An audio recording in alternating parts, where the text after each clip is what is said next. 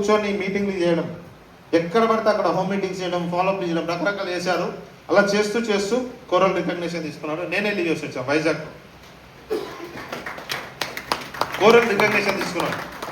తర్వాత అనివార్య కారణాల వల్ల అతను ఎక్స్పైర్ అయిపోయాడు. నెక్స్ట్ అతను కార్ బుకింగ్ చేశాడు. నెక్స్ట్ కార్ డెలివరీ జరగాలి. కార్ బుకింగ్ చేశాడు. కోవిడ్ టైంలో అన్ఎక్స్పెక్టెడ్గా చనిపోయాడు మనిషి. జనరల్గా ప్రతి మనిషి లైఫ్ అక్కడితో కంప్లీట్ అయిపోతుంది, క్లోజ్. అతని ఆలోచనలు అక్కడ అంతా క్లోజ్ అయిపోతుంది జనరల్గా బయట అయితే. కానీ ఇక్కడ సేఫ్ షాప్లో ఏం జరిగింది చూడండి. నెక్స్ట్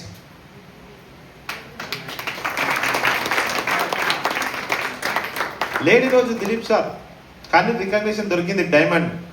ఎవరికి దొరికింది? భార్య, ఇద్దరు కూతుర్లు. ఎంతమంది అటెండ్ చేస్తారు లైవ్లో ఫంక్షన్? ఆల్మోస్ట్ మ్యాక్సిమం వచ్చి ఉంటాం.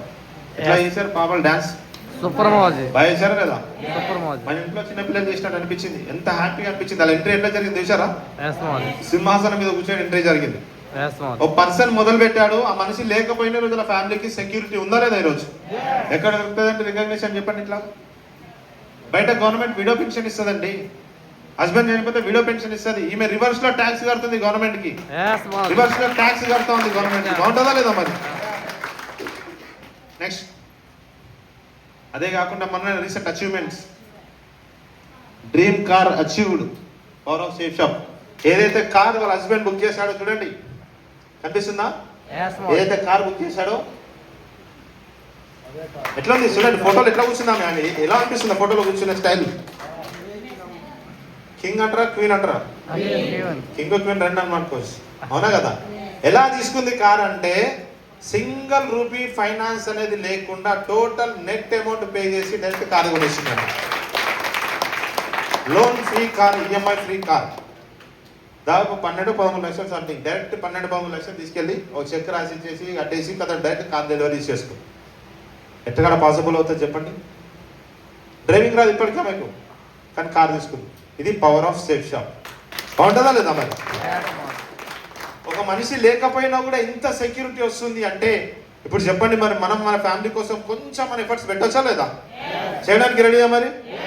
బయటికి వెళ్ళిన తర్వాత ఎవరో ఏదో అన్నారు, వాళ్ళు ఏదో అన్నారు. ఎవరు అనేవాళ్ళు మస్తు అంటారండి. అనేవాళ్ళు నువ్వు మంచిగా ఉన్నా అంటారు, మంచి లేకున్నా అంటారు, ఏదన్నా కూడా అంటారు. అవునా కదా? ఒక గాడిద స్టోరీ ఉంటుంది తెలుసా మీకు? ఒక తండ్రి కొడుకు ఒక గాడిద ఒక ఊరు నుంచి ఇంకో ఊరికి వెళ్ళాలి. ఆ గాడిదని పట్టుకొని గాడిద మీద ఎక్కి తండ్రి కొడుకు కలిసి వెళ్తా ఉన్నారు. ఆ ఊరు దాటి వెళ్తుంటే ఆ ఊరు పక్కన ఎవరో కూర్చుంటారు, కొంతమంది గ్యాంగ్ కూర్చుంటారు.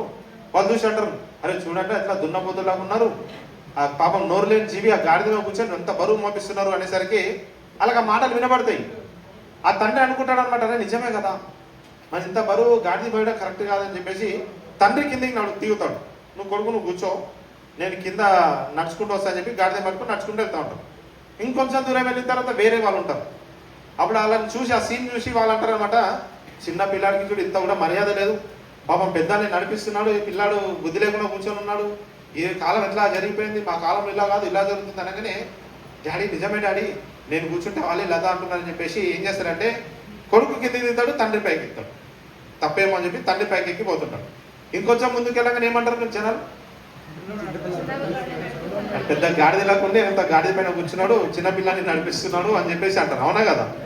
అరే ఇది కూడా తప్పేమో అని చెప్పి ఇంకొంచెం ముందుకు వెళ్ళి కిందికి దిగుతారు అనమాట. తండ్రి కొడుకు గాడిద ముగ్గురు నడుచుకుంటూ పోతుంటాం.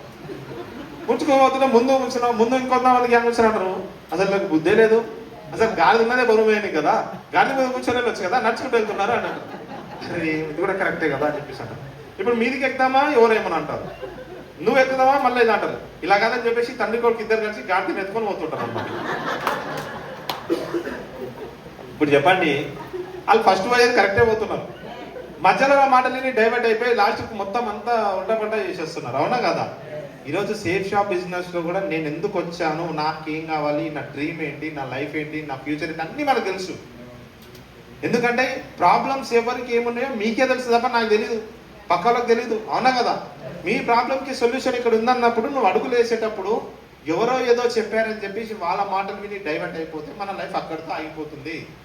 రొటీన్ లైఫ్ ఉంటుంది, ఆగిపోవడం అంటే రొటీన్ లైఫ్ ఉంటుంది, పెద్ద ఎక్స్ట్రాడినరీ లైఫ్ ఏమి ఉండదు. సో కాబట్టి ఈ పనులు మనం ముందు ఇంతకన్నా ఎనర్జీ ఏం కావాలి చెప్పండి, ఇంతకన్నా పెద్ద ఎగ్జాంపుల్ ఏం కావాలి చెప్పండి. ఒక పర్సన్ లేకపోయినా వాళ్ళ ఫ్యామిలీ ఇంత హ్యాపీగా ఉంది ఈరోజు అంటే power of safety, power of system. So మనం కూడా అట్లాంటి టీమ్ని తయారు చేసుకోవాలి. రెడీయా మరి? Next, never doubt your self. నీ మీద నీకు డౌట్ ఉండొద్దు, డౌట్ పెట్టుకోకండి.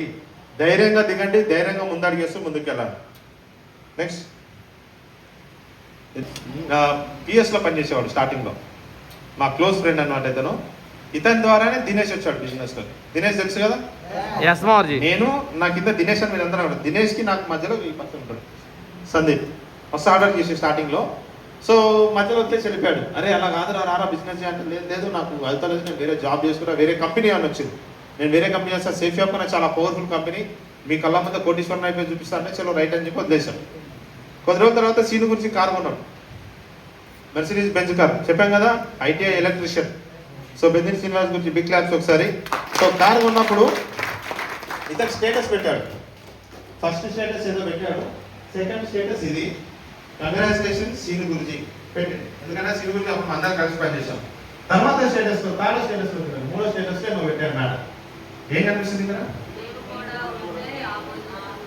మేము కూడా ఉంటే ఆ పొజిషన్లో ఉండే వాళ్ళం.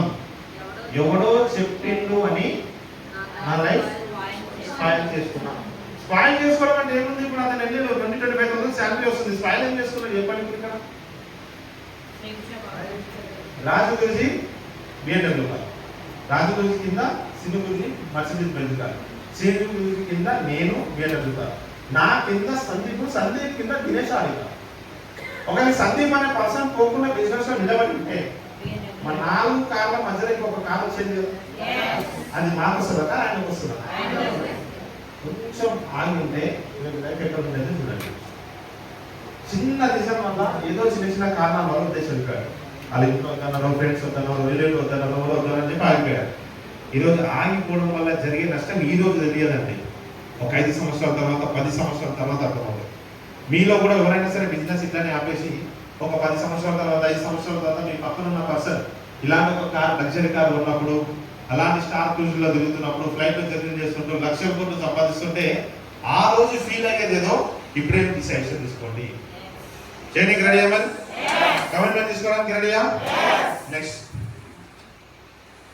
ఆప్షన్ మీ చేతుల్లో ఉందండి. Choice is yours. ఫెయిల్యూర్ అని అయితే నేను అనను, రొటీన్ లైఫ్ స్టైల్. రోజు అదే ఇబ్బందులు, నెల తిరిగేసరికి అదే అప్పులు, అదే ఇబ్బందులు, అదే ప్రాబ్లమ్స్, ప్రశాంతంగా తిరిగే, ప్రశాంతంగా ఉండలేమంటే ఏదో ఒక లైఫ్ స్టైల్. ఇది కాకుండా ఇక్కడ చూపించినటువంటి అన్ని ఎందాక డ్రీమ్స్ చూపించాం కదా, ఫస్ట్ నుంచి ఏదైతే కార్లు, ఇల్లు, గోల్డ్ అన్ని ఇవన్నీ లైఫ్ స్టైల్. ఇక్కడ ఏది కావాలనేది మీ చేతుల్లో ఉంటుంది. చేయడానికి కానీ ఏది డెసిషన్ తీసుకుంటారు అనేది మీ చేతుల్లో ఉంటుంది. మరి ఏది తీసుకుంటారు డెసిషన్? ఏది తీసుకుంటారు డెసిషన్? డెసిషన్ తీసుకోవడం అంటే ఇక్కడ కూర్చొని సేఫ్ షాప్ అంటే అయిపోదండి. రేపటి నుంచి ఫ్రీగా వెళ్ళి దిగి స్టార్ట్ చేయాలి. దానికి ఎంతో ధైర్యం కావాలి. మరి ఉంటుందా మరి ధైర్యం? ఆ ధైర్యం ఉందా? కృష్ణ ఏమన్నారు తెలుసా? సేఫ్ షాప్ అనేది దమ్మున్నోళ్ళ బిజినెస్ అంట. దమ్మున్నోళ్ళ బిజినెస్. ఆ దమ్ము ఉంది కాబట్టి మీరు ఇక్కడ వచ్చి కూర్చున్నారు అంటారు. అది మాటల్లో కాకుండా లైవ్ లో ప్రూవ్ చేయాలి, రేపటి నుంచి చూపించాలి. చూపించడానికి రెడీయా? అరే వారానికి లక్షల కోట్లు తక్కువ పక్కన పెట్టండి, కార్లు బంగాలు పక్కన పెట్టండి. అరే వారానికి ఒక 5-10 వేలు ఎందుకు తీసుకోవద్దు చెప్పండి? వారానికి 10,000 వస్తుందంటే నెలకు 40,000 వస్తే నీ పరిస్థితి ఏంది ఇప్పుడు చెప్పండి? నెలకు 40,000 నీకు ఇన్కమ్ వస్తుంది, అకౌంట్లో పడుతుంది అంటే అప్పుడు నువ్వు ఎట్లా ఉంటుంది లైఫ్ స్టైల్? పర్లేదా? అక్కడ ఉంటుందా? ఇబ్బంది ఉంటుందా? ఇబ్బంది అనిపించిందా? 40,000 వారానికి వేసుకో, వారానికి 20,000 వేసుకో, 40,000 వేసుకో, 1,00,000 వేసుకో, 2 లక్షలు వేసుకో. నీ కెపాసిటీ, నీ దమ్మిడ, నీ తపన లోపల నువ్వు కావాలి అన్న ఆలోచన, నీ తపన ఉంటే చాలు. డబ్బు సంపాదించాలన్న కసిందా సేఫ్ షాప్ మీకు రెడ్ కార్పెట్ వేసి వెల్కమ్ చేస్తుంది అనమాట. వెల్కమ్ అని చెప్పేసి. కాకపోతే ఏమి ఫ్రీగా రాదు అనేది ఎంత నిజమో, ఈరోజు సేఫ్ షాప్ ఏదైనా రావాలి అంటే కూడా కొంచెం హార్డ్ అనేది కూడా అవసరం. చేయడానికి రెడీ ఉండాలి. రెడీయా మరి? ఏం చేయాలి? ఎందుకంటే లిస్ట్ తయారు చేయాలి. చేయడానికి రెడీయా? ఇన్విటేషన్ చేయాలి. చేయడానికి రెడీయా? ప్లాన్స్ చెప్పాలి. చెప్పడానికి రెడీయా? ఫాలో మళ్ళీ మళ్ళీ చేయాలి. చేయడానికి రెడీయా? జాయిన్ అయిన వాళ్ళని తీసుకొచ్చి ట్రైనింగ్ లో కూర్చోబెట్టాలి. చేయడానికి రెడీయా? బస్ ఈ 4-5 పనులు మీరు చేస్తున్నారని మీ కళ్ళు మూసుకొని కాంటెస్ట్ అయిపోతాయి. ఫారెన్ వెళ్తుంటారు, లక్షల కోట్ల ఇన్కమ్ అవుతుంది. ఒక రోజు చేసినప్పుడు డైమండ్ అయిపోతారు అన్నమాట. నెక్స్ట్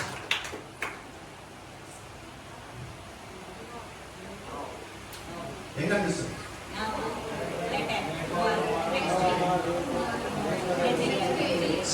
మీకు ఆప్షన్స్ 4 ఆప్షన్స్ ఉన్నాయి, A B C D options. Safe shop business inter అంతా ఓకే. నెక్స్ట్ వీక్ నుంచి స్టార్ట్ చేద్దామా, రేపు నుంచి స్టార్ట్ చేద్దామా, తర్వాత నుంచి స్టార్ట్ చేద్దామా, ఇప్పటి నుంచి స్టాर्ट చేద్దాం.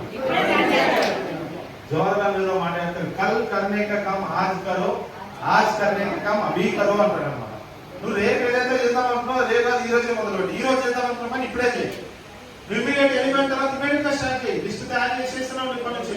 ఇన్విటేషన్ సాయంత్రం ఇన్విటేషన్ ఒక 10 ఇన్విటేషన్ కొట్టుపెట్టేసి రేపు నుంచి వారం రోజుల పాటు 15-20 కాలు కంప్లీట్ చేయి. కదా నీ ఏమంటారా బీచ్ ఏదైతే ఉందో టార్గెట్ చిన్నది కంప్లీట్ అయిపోతుంది. రెడీ అవ్వాలి చేయడానికి అంతా మీ చేతిలో పని. ఒక పిట్ ఉంటుంది, ఒక జ్ఞాని వస్తాడు అనమాట, ఒక తపస్సు